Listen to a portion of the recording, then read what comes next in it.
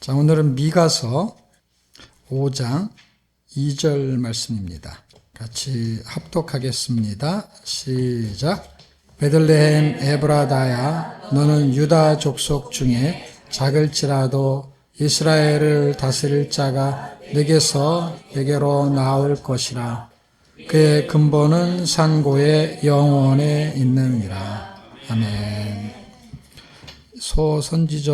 선지서 중에 미가서는 누가 하나님 같은가라는 뜻을 가지고 있어요. 그래서 그 이름이 하나님 같은 분이 없다, 이것을 말하고 싶은 것 같아요. 7장 18절쯤에 보면은 주와 같은 신이 어디 있으리까 이렇게 말합니다. 근데 이게 누가의 이름의 뜻입니다. 그러니까 이름의 뜻, 그러니까 책의 이름을 가지고 그 내용들이 전개되는, 저자가 어떻게 보면은 책의 주제가 되는 그런 느낌이 많이 들 때가 있어요. 소선지서의 처음 출발한 호세아서, 그럼 호세아서는 구원이라는 뜻을 갖고 있거든요. 그래서 그런 책마다의 어떤 저자를 하나님이 적절하게 잘 사용하시는 것 같다라는 걸 볼 수 있습니다. 누가 하나님 같으냐, 주와 같은 신이 어디 있느냐 할 때에 가장 큰 하나님 같은 신은 세상에 없다.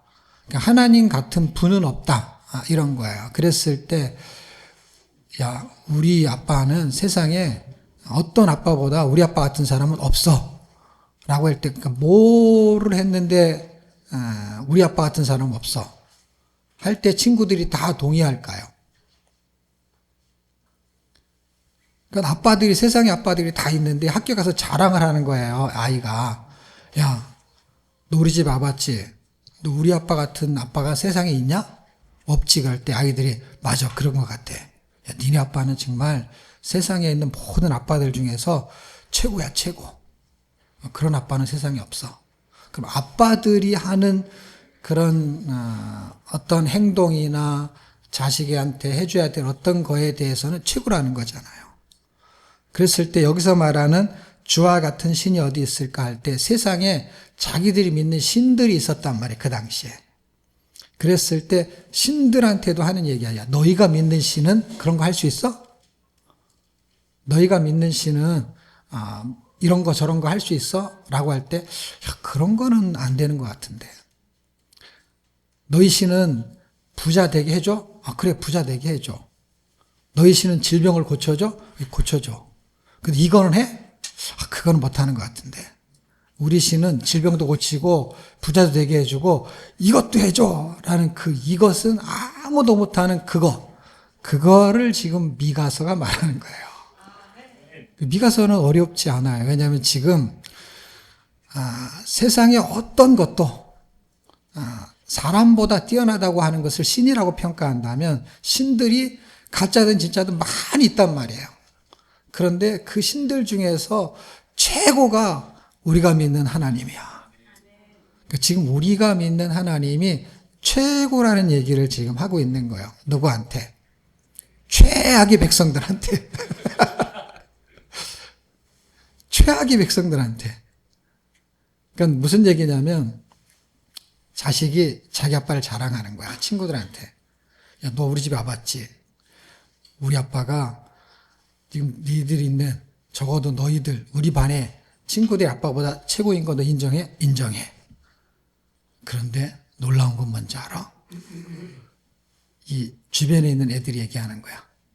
그런데 너희 아빠는 우리 아빠보다 훨씬 대단한 거 내가 인정해. 근데 너 참 신기하다. 우리 아빠는 네 아빠보다 못하지만 내가 아빠가 말하는 건 나는 잘 말을 듣거든. 근데 너는 그렇게 아빠가 잘해주는데 어떻게 맨날 학교에 끌려가고 경찰서에 가고 맨날 아버지가 찾아와가지고 말이야 용서해달라 그러고 어떻게 네 아빠가 최고인데 너는 우리들 중에서 최악이야. 그게 미가서입니다. 미가서는 하나님이 어떤 분인지를 바라보게 하고 또 하나는 그 하나님의 백성들이 어떤 백성인지를 보게 하는 거예요. 그래서 두 개를 동시에 다 볼 수 있어야 됩니다. 자, 미가서의 구조는 아주 간단합니다. 7장까지 되어 있지만 거의 절반에 해당되는 1장에서 3장까지의 이야기는 세상에 이런 하나님은 없어, 이런 신은 없어 라고 하는 그 하나님의 백성이 세상의 다른 백성들보다 하나님을 더 신경질 나게 하는 백성들에 뭐가 나오냐? 하나님이 신경질 내는 종류가 나와요. 그게 1장에서 3장까지예요. 그래서 1장에서 3장까지는 이스라엘 백성의 죄악에 대한 잘못된 부분들을 설명하고 있습니다. 그래서 이거를 제가 이제 부모와 자식의 간해로 설명을 해서 그렇지 이걸 신학적으로 설명한 사람들은 되게 어려워요. 왜 어렵냐면 그렇게 설명하지 않고 하나님이 이스라엘에 대한 심판 선언 3가지 뭐 이런 식으로 말한다고요. 첫 번째는 1장, 두 번째는 2장, 세 번째는 3장. 어렵지는 않긴 하지만 다 합치면은 하나님의 백성의 모습을 보여주고 있는 거예요. 세상 사람들도 다 죄를 져요. 죄를 지는데 하나님의 백성이 죄를 짓는 거는 느낌이 달라요. 왜 다르냐면 자 보세요. 깡패집에서 태어나가지고 아버지가 정가 10범, 4범 막 이혼했다 재혼했다 하는 그 집에서 태어난 애가 있고 훌륭한 집에 가문에서 태어난 애가 있어요. 그런데 그 집에서 태어난 애는요 모범생으로 자라요. 기적이에요, 기적. 그럴 수가 원래 없어요. 보편적으로는. 근데 그런 아이가 걔 중에 하나 있으면 그건 기적이에요. 근데 가정이 좋은 집에서 태어난 애가 한 가정이 아니라 여러 가정이 있는데 그런 가정은 대부분이 다 모범생인 아이들이 많아요. 좋은 교육을 받으니까. 말도 욕도 잘 안 하고 좋은 대접을 받고 이 생활 양식 자체가 바르게 커요. 근데 그 중에 여기에 기적 같은 애가 있는 것처럼 여기도 뭐가 있어요? 기적 같은 애가 있는 거예요. 기적 같은 아이가. 그래가지고 깡패집보다 더 깡패 같은 짓을 하고 돌아다녀요. 겉모양은 번지르한데 행동은 그렇지 않은 거예요. 나쁜 짓을 하고 돌아다니는 거예요. 부모도 속이고 남도 속이고. 그런데 나중에 보면은 죄를 짓고 다니는 거예요. 이게 지금 딱 미가서에서 고발하는 그 사례가 유다 백성, 이스라엘 백성의 사례를 설명하는 거예요. 명문 집안에 태어난 이스라엘 백성이 이 깡패라고 표현하는 게 좀 그런데 이게 좀 이해하기 편하게 좀 명문 집안이 아닌 곳에 태어난 것보다 더 못한, 그래서 신기하게도 예수 안 믿는 사람들이 더 착한 사람이 많고 예수 믿는데 이상하게 나쁜 놈들이 많아가지고 맨날 재판소에 왔다 갔다 하는 거는 교회 사람들이야 다. 그리고 목사와 장로하고 싸우고. 그게 퍼센트로 누가 많다 적다 표현할 수 없지만은 그런 사례가 더 많아. 이게 빈번하게 자기 유익을 위해서 교회를 쪼개고 그리고 쌈박질하고. 그게 지금 1장에서 3장까지 이야기를 쭉 설명을 합니다. 그게 이스라엘에 대한 하나님의 심판을 선언하는 그 이야기가, 심판의 메시지가 석 장에 걸쳐서 등장을 해요. 그래서 죄의 본질적인 죄의 문제를 1장에 설명하고 2장에서는 하나님이 그렇게 심판할 수밖에 없는 그들의 타락한 시대적인 것을 풍자하는 내용, 그때 시대가 죄로 인해서 발생한 어떤 열매들 같은 거, 그리고 3장은 그 결과는 멸망이다라는 거예요.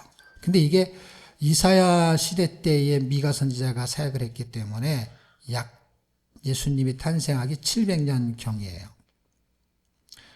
그리고 이 미가서가 써지고 나서 시간이 그래도 한 200년은 흘러야겠죠. 700년인데 500년 경쯤에 나라가 멸망하니까 이 나라가 200년쯤 지나가지고는 완전히 멸망을 하게 됩니다. 물론 북이스라엘은 이제 700년 이사야 시대 때쯤에 멸망을 했고 남은 남유다가 이제 멸망하게 됩니다.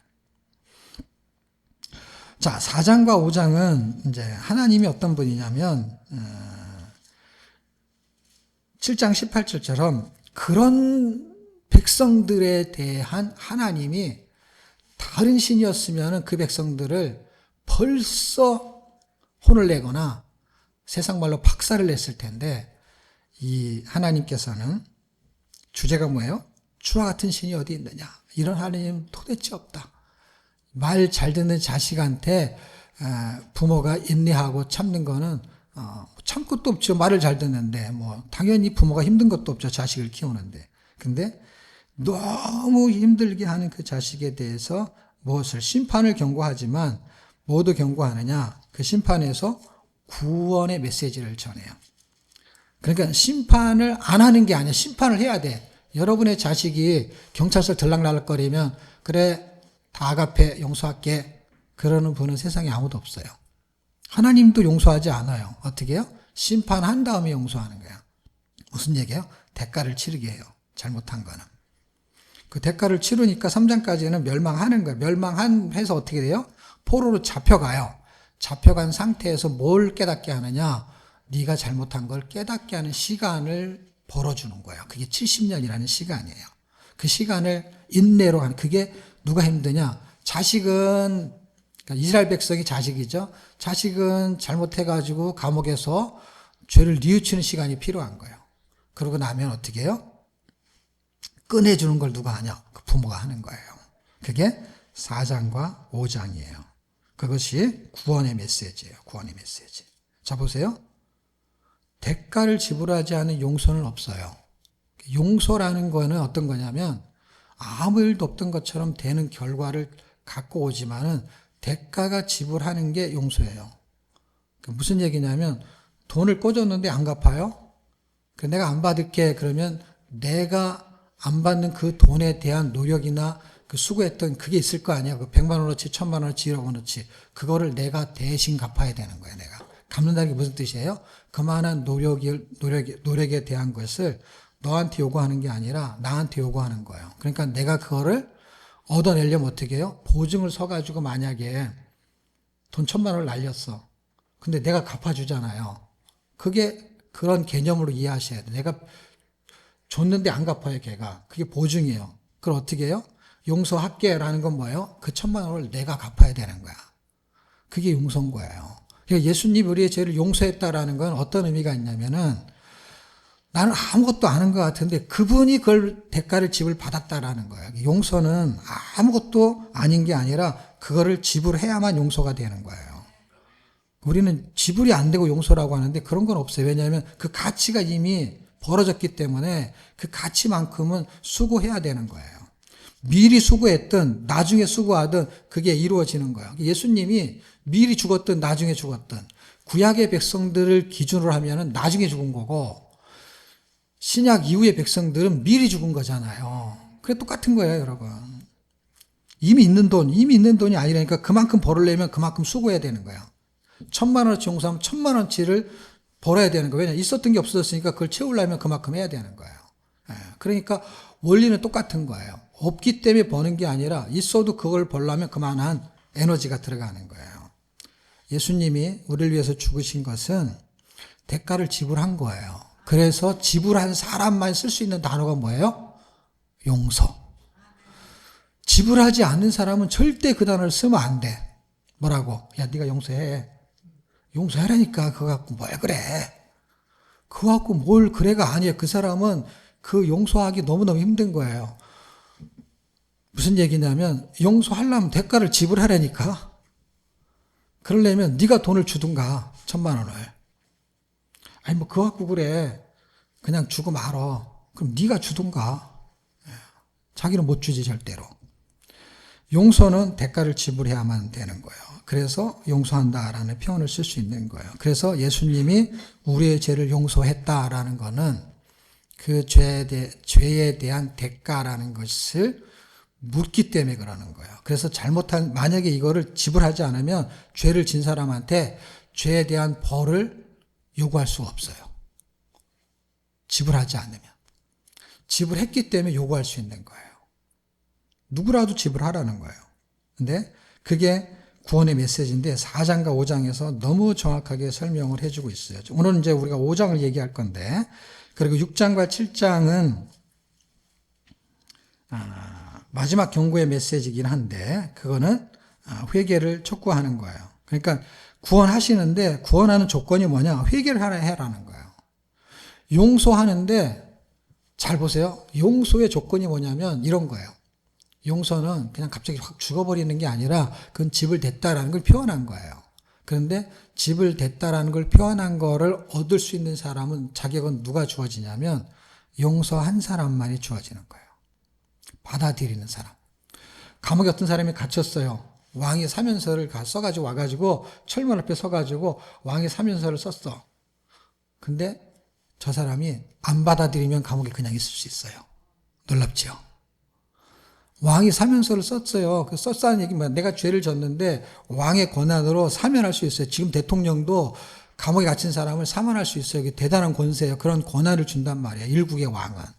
그래서 네가 어떤 죄를 져도 내가 너를 사면하겠다라는 권한이 법적으로 있단 말이에요. 나라에도 그런 게 있어요. 지금 현존하는 법도 그런 게 있어요.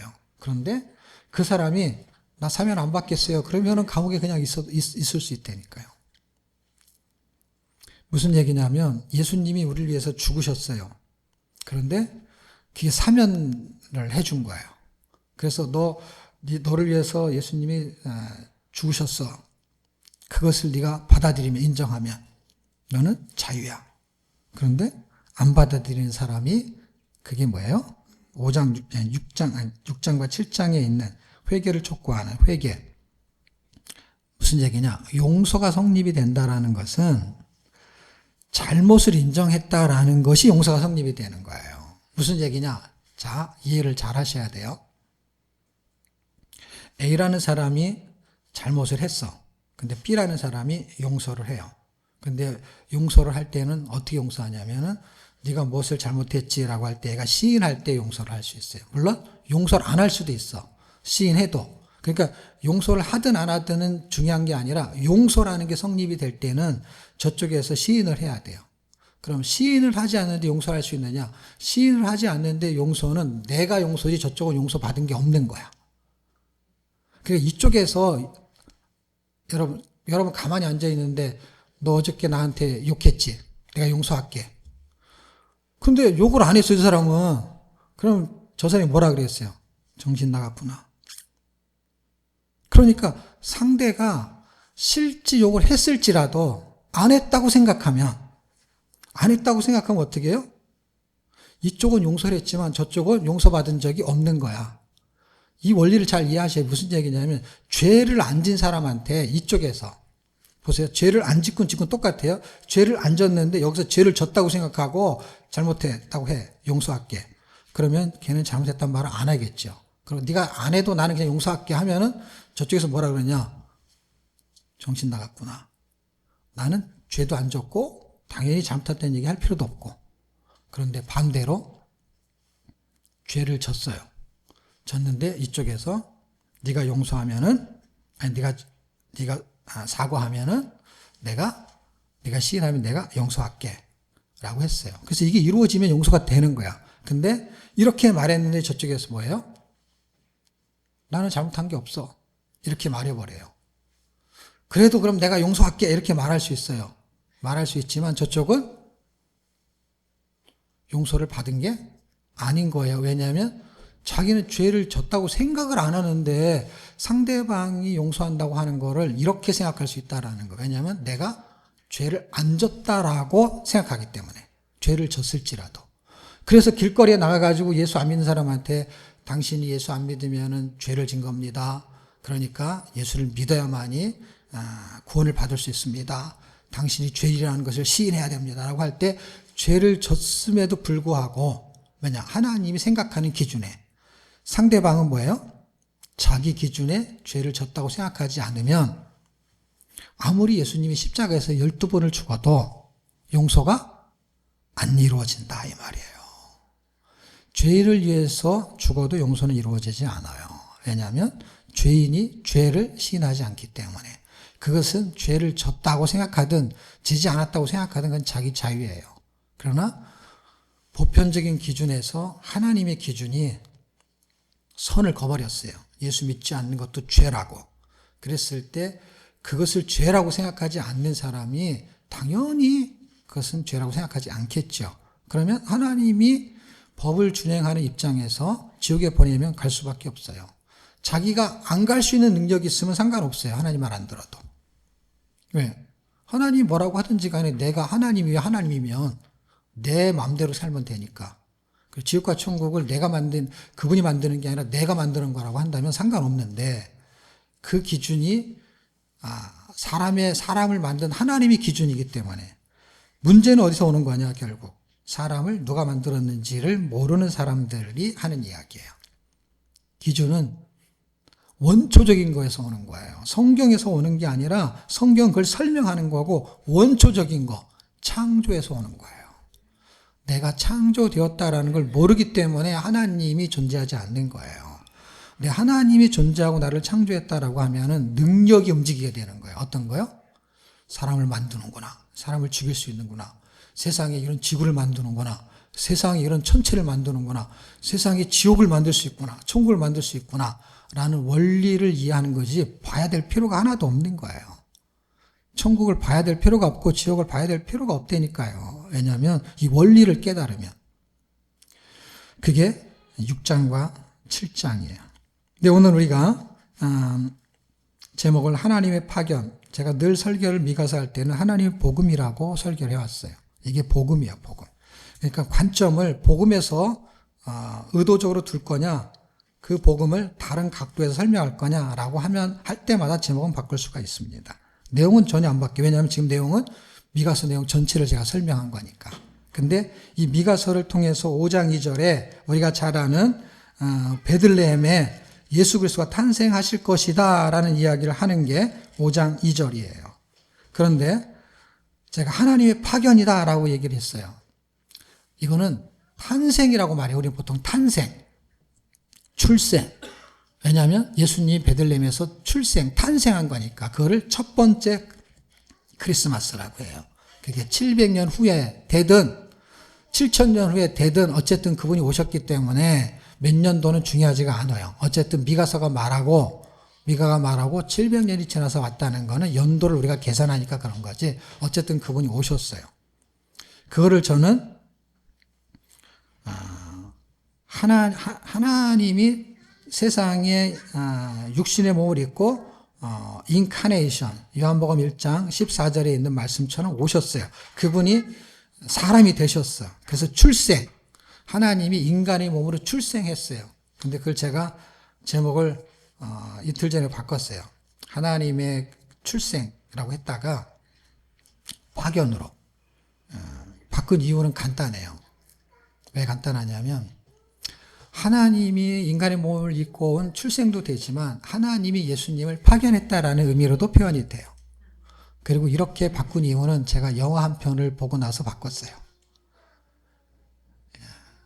그게 뭐 그렇게 유명하지 않은 영화인데 The Six Triple Eight. 그리고 이걸 아무리 찾아봐도 해석이 안 되는 거야. 알고 봤더니 트리플이 이게 3배라는 뜻이거든요. 그러니까 Six Triple Eight, 8이 3개라는 뜻이야. 그래서 6888. 제목이 그거야. 그러니까 번역을 하면은 6888이 번역이야. The Six Triple Eight이 한국말로 번역하면 6888이야. 도대체 이게 뭔가 봤더니 세계 제2차 대전 때 흑인 군인들이 있었대요. 그러니까 흑인들도 군인으로 받아들였는데 놀랍게도 흑인으로만 부대가 창설된 6888 부대가 있어요. 그 부대가 이제 투입이 되려고 했는데 전쟁에 투입이 되려고 하고 훈련을 다 마쳐가지고 그를 인도한 사람이 대위였었는데 여자 흑인 대위.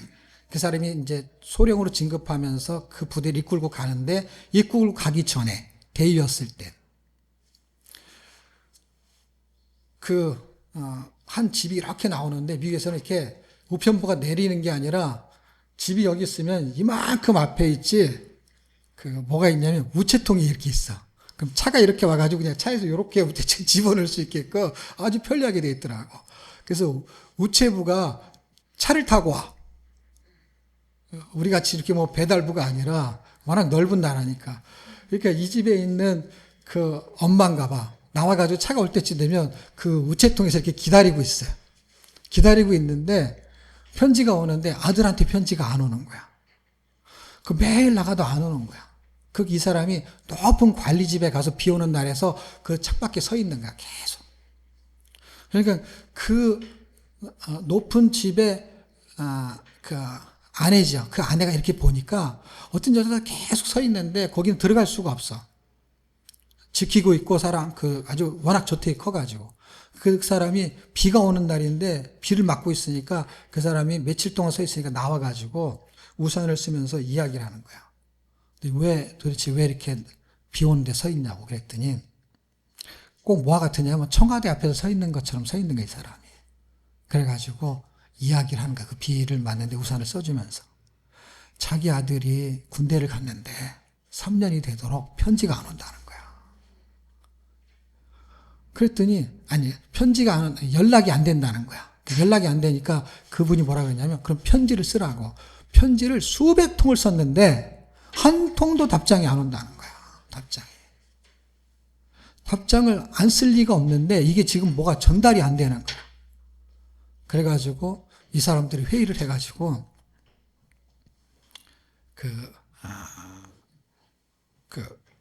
그쪽에서 이쪽에서 가는 편지 저쪽에서 오는 편지 얼마나 많겠어. 그리고 유럽에 있는 이 군인들이 지금 우리나라처럼 이렇게 38선 거져갖고 이렇게 싸우는 게 아니라 외국에 나가가지고 싸우는데 유럽에도 다 나가고 싸우는 거예요. 전역에, 세계 전역에. 그러니까 낫자고 싸우니까 거의 다 어디 나가 있냐면 유럽 전선에 다 나가 있는 거야, 대부분이. 나가서 싸우고 있는데 편지가 왕래가 안 되는 거예요. 그래갖고 이거를 시도를 몇 번을 했다는 거야. 편지가 전달이 안 되니까 전장에서도 받지를 못하니까 얘기를 하겠지. 편지가 안 온다. 이쪽에서도 그렇고 저쪽에서도 그렇고. 그래서 회의를 해가지고 여러 부대가 이 편지반 수발하는 그 부대가 백인으로 형성된 부대가 이걸 했는데 실패를 했다는 거야. 전달을 못 시키는 거야. 그런데 특별한 명령이 떨어졌는데 이 부대한테 명령이 떨어지는 거야. 그래서 이게 6888 부대인데 이 사람들이 훈련을 다 받고 어디로 투입이 되냐면 유럽 프랑스에 투입이 돼요. 그래서 프랑스에 가가지고 855명이 이 우편물이 있는 그 비행기 경락고에 그 우편물이 쌓여 있는 거예요. 쌓여 있는데 이 따블백 아시죠? 이렇게 큰 거. 따블백 안에 꽉꽉 차 있는 게 산처럼 쌓여 있어. 와. 그랬더니 이렇게 쌓여 있는 게 얼마큼이냐 그랬더니 이 경락고에 꽉 찼는데 경락고가 옆으로 쫙 있는데 양쪽으로 거기에 꽉 차 있다는 거야. 수십 개의 경락고에. 그러니까 이거를 그 당시 영화에서 이게 실화거든요. 그 당시 영화에서 뒤에 설명을 해주는 거야. 1700만 통. 1700만 통이 이미 전달이 안 되고 경락고에 쌓여 있는 거야, 다. 그래서 이 사람들이 와서 보니까 너무 낙후한 거야. 어느 정도 낙후하냐? 그때가 1940년대잖아요. 2차 대전 때면. 그때 이 사람이 흑인 여자 대위잖아요. 백인, 이보다 계급이 낮은 백인이 인사를 안 해. 그러면 이 사람이 너 군법에 회부시키겠다. 그래도 안 하겠대. 그 정도로 흑인의 대우가 군대에서 계급 있는 사회에서도 흑인의 말을 듣지를 않아. 소령으로 이제 돼가지고 부대 855명을 이끌고 여자 흑인으로만 형성된 최초의 부대래요. 이 부대가 가가지고 시한을 몇 개월을 줬냐면 백인 장군이 6개월을 줘요. 근데 6개월 안에 하기가 힘들대. 왜냐? 다 실패했대요. 6개월 동안에 하는 건 불가능에 가까운 거래요. 그리고 이 사람들이 알아. 흑인들이 실패할 걸 알고 성공을 위해서 준 게 아니라 실패할 줄 알고 비웃으려고 일을 맡긴 거래. 흑인들은 머리가 나빠서 못할 것이다. 뭐 이래 가면서. 그래갖고 이 흑인들을 비하하는 내용도 꽤 많이 나오는데 영화니까 잠깐만 나와요. 근데 그 내용이 지나가면서 나중에 이 사람들이 기원을 하는데 저쪽의 군인들이 인사도 안 했던 군인들이 남자 군인들이 박수를 치면서 당신들이 어느 부대냐 그러니까 6888 부대라 그러니까 이게 중앙 우편 대대야, 이름이. 대대 이름이. 이기자 부대가 아니라 우편 대대야. 저쪽에서 그 백인 군인들이 다 인사를 하는 거야. 사병들한테. 왜냐? 6개월을 걸려도 실패했던 그 일을 90일 만에 성공을 한 거야. 기적 같은 일이 벌어졌어요. 제가 그 영화를 다 설명할 수 없는데 그 영화를 보고 제목을 바꾼 이유가 있어요. 이유가 뭐냐면 6888 부대를 유럽에 파견한 거야. 파견한 이유가 뭐냐? 파견한 이유가 간단해요. 소통이요, 소통. 파견한 이유, 군대를 파견하는 건 뭐예요? 군대를 파견하는 건 군인을 만들어야 돼요. 군인을 만드는 건 뭐예요? 훈련소에서 군인을 만들어요. 그 다음에 군대를 파견하는 거는 전쟁을 하는 거예요. 전쟁은 총칼로만 하는 게 아니다라는 거를 제가 깨달았어요. 전쟁터구나. 전쟁터에 소통이 중요하구나 하는 걸 알았어요. 훈련이 중요해요. 전쟁터에. 훈련을 받아야지 군인이. 우편물을 관리하더라도 군인은 훈련이 된 사람이 우편물을 관리하는 거예요. 그래서 군사훈련을 다 받아요. 철저하게. 받는 중에도요, 미달이 되면요, 당장 돌려보내겠다는 거야. 그 대위가. 철저하게 훈련을 시켜요. 훈련을 잘 받았어요. 이 백인 장군은 뭐라 그러냐면 구보시켜보라는 거야. 오와 열을 맞춰서 구보도 못할 거라고 생각하는 거야. 근데 너무 잘하는 거예요. 훈련이 제대로 된 사람들이에요. 그런데 전쟁에 투입하고 싶은데 이 사람들은 우편물을 수거하는 걸로 기적 같은 일이 벌어졌어요. 90일 만에. 그리고 제가 깨달은 거는 하나님이 예수님을 파견한 이유가 있겠다라는 생각이 들었어요. 6888 부대를 유럽에 파견한 이유가 뭐냐면 전쟁에 나가서 싸워야 되는데 안정이 되지 않는 거야. 안정이. 뭐가? 부모가 살았는지 죽었는지, 그 다음에 저쪽에 있는 자기 군인들을 응원하는 이 국민들은 저쪽의 소식을 알 수가 없는 거예요. 내 아이가 살았는지 죽었는지. 그 다음에 어떻게 힘과 용기를 줄 수 있는. 그게 편지였던 거예요. 편지. 성경이 편지라는 거예요. 이게 편지. 놀라운 거죠. 그래서 소통이 이루어지기 위해서 어떻게 해요? 855명이 전투에 나간 게 아니라 우편물을 관리했다니까요. 근데 전쟁에서 사기를 진작시키는 일을 이 사람들이 한 거야. 이야, 영적 전쟁도 저는 마찬가지라고 생각을 합니다. 전쟁터에서 총만 쏘는 게 아니야. 다시 말하면 영적 전쟁터에서 불신족, 예수천당 그것만이 아니라는 거예요. 왜? 내가 영적으로 무너지면 그 소리를 할 수가 없는 거예요. 총 쏘는 훈련을 잘 받았어요. 근데 멘탈이 나갔어요. 그러면 총을 쏠 수가 없는 거예요. 총 쏘는 훈련 필요해요. 그 다음에 뭐예요? 정신력이 필요하고 그 다음에 안정감이 필요한 거예요. 그것을 누가 해주냐는 거예요. 지휘체계가 해주는 거예요. 군대에서는 지휘체계가 누구예요? 상관하고 그 다음에 집하고는 뭐예요? 안정감을 주는 거예요. 그러니까 성경을 우리에게 주시고 예수님을 우리에게 파견하신 이유, 그것은 우리에게 소통을 원하시는 거예요. 소통을. 하나님에게 왜 순종해야 되고 경외해야 되고, 그 다음에 하나님은 우리에게 뭔가를 원하시고 하늘의 소식을 우리에게 어떻게 전달하고, 그리고 우리는 어떻게 그분에게 뭔가를 요구하고 하는 게 말씀을 읽고 기도하고 하는 그 관계. 저는 하나님의 파견이라는 제목을 가지고 크리스마스하고 연결시키면 이 미가서를 하면서 참 감사하게도 5장은 예수님의 탄생을 다루는 책이에요. 일부러 이번 주에 맞춰서 이렇게 하려고 해도 쉽지 않은 건데 딱 이번 주에 이 본문이 이 책이 우리에게 연결이 됐다라는 것은 크리스마스하고 연결이 되는 설교를 한 번에 같이 할 수 있게 하신 것 같아요. 하나님이 이 땅에 오신 것은 죄와 허물을 해결하려고 파송되신 것이고, 그 다음에 죄의 현상, 타락을 풍자한 미가의 시대적 상황, 그 당시 죄악이 관영한 그 사람들, 영적인 상태, 이런 것들을 잘 설명하면서 하나님이 그것을 해결하고 죄에서 탈출을 시켜서 하나님과 소통하는 관계를 만들기를 원하셨던 거예요. 6888 부대가 유럽에 파견된 이유는 총 들고 싸우는 것이 아니라 총 들고 싸우는 군사들을 사기를 높여서 그에게 힘과 용기를 주는 거예요.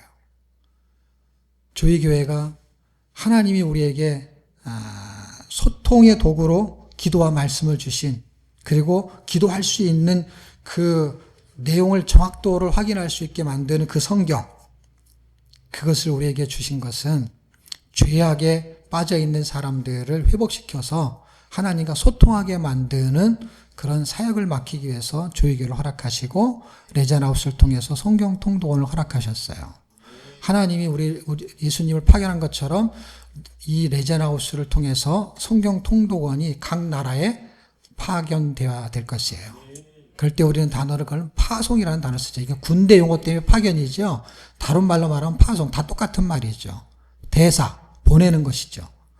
우리가 이 땅에 지금 사는 동안에 예수님 믿고 성경 통독원의 그 비전과 그 목적이 영적 전쟁터에서 죄로 인해서 힘들어하는 사람을 구원하고 그 사람이 군사가 됐다. 그 군사로 세워진 그 사람들에게 소통의 관계를 갖게 해줘서 그 사람들이 안정감을 가지고 사기를 갖고 이 땅에서 영적 전쟁을 충분히 이뤄내기를 원하는 그 일을 우리한테 맡겼구나. 그것이 성경 통독원이라고 생각합니다. 이 레자나우스의 성경 통독원이 하나님의 파견 기간 6888 부대가 되기를 축복합니다.